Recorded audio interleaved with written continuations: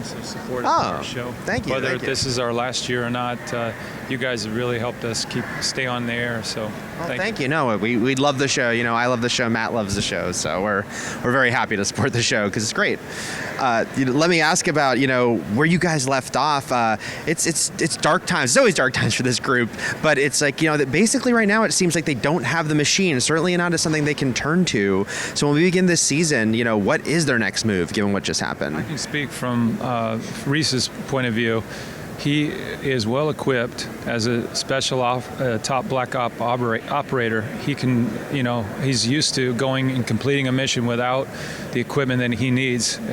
If a guy jumps out of an airplane and he gets separated from his tech gear, his ammunition, he can still, with a buck knife and his bare hands, complete that mission. So the machine is on a heartbeat, and he's that's his one gift that he has to help get the team, assemble the team, get them back together, and try to get the head of the brain and the machine up and operational. The show obviously began with that was sort of your original engine was the machine and the numbers. Is it fun for you guys, exciting to take that away right now and sort of see how the characters deal with this curveball?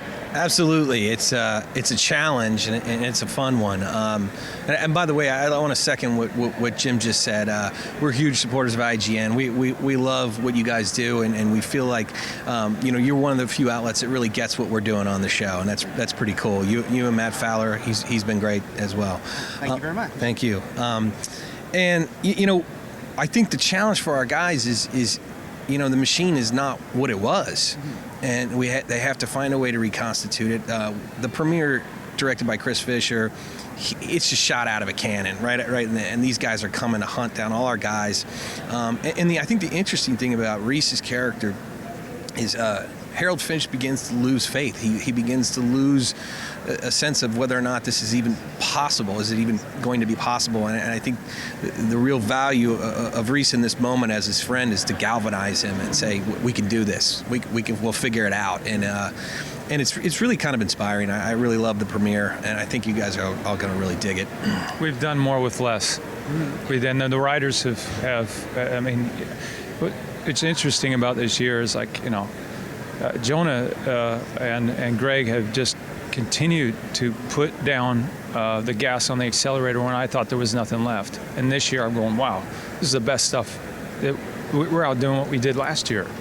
So never does this thing back off. It never takes a defensive posture. It continues to attack and drive forward.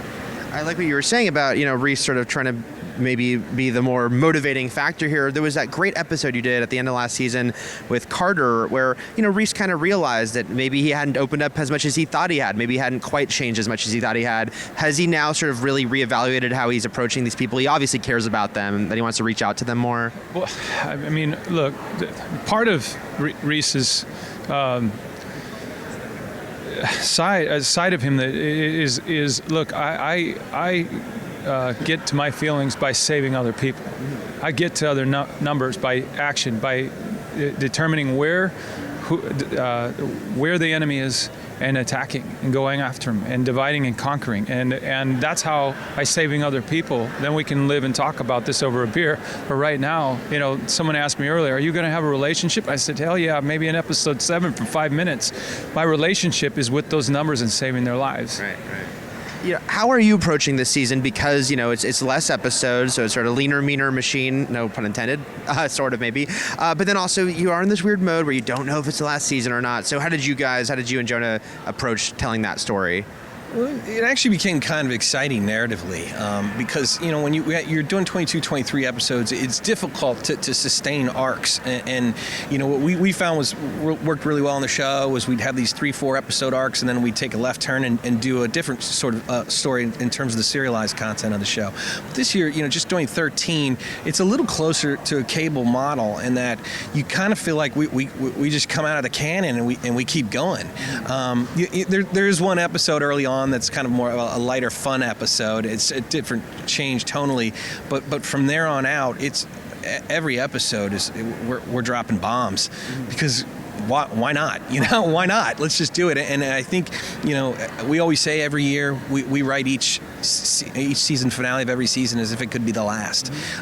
We obviously hope it isn't, and we think we got a lot more story to tell. Personally, the premise of this show is so strong, as evidenced by the number of shows ripping us off this fall, that I feel like there's a lot more we could tell. However, we have to satisfy our fans narratively as well. So I think, as we said when we get to the last episode of the season, we're going to drop the mic and we'll see what happens. I'm very optimistic about us being on some other outlets now and people having the opportunities to actually stream the show. Lastly, let me ask about the return of Shaw. Reese, clearly he feels it every time they've lost someone very profoundly. Can you talk about her return and what that might mean and how the team is going to react to that?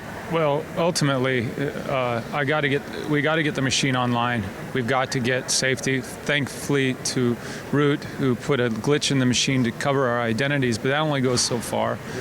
And the fact that Samaritan is all encompassing. I mean, their expanding power is to a point where, as a viewer, I would sit there, how are they going to overcome this? So Reese has to overcome that, and at the same time, yes, he's always looking for that shot to get her back, but how if we expose too much, then it ends for all of us. Right. Anything you can say about Shaw's return and, that obviously a very crucial part of the team that they've been missing? Yeah, I think there's a lot of unaccounted for time. What the hell was going on with Shaw when she was in custody of Samaritan? And I think for our guys, it's going to be an issue of trust and whether or not they can actually trust her character. Obviously, Root has a rooting interest in her returning to the fold, but I think some of our guys are going to be a little bit wary. You're looking at a Manchurian candidate, possibly. That's from my perspective. I don't know. It may not have been up to her whether she changes or not, but what did Samaritan do to her?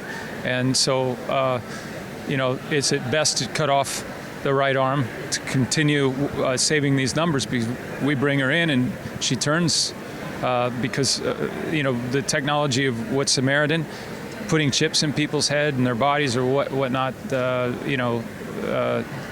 don't know if I just told too much, but there is a this is a I don't know if we're at the Empire Strikes Back or Return of the Jedi, but maybe a little bit of both. Gotcha. Well, thank you guys so much. Looking forward to it.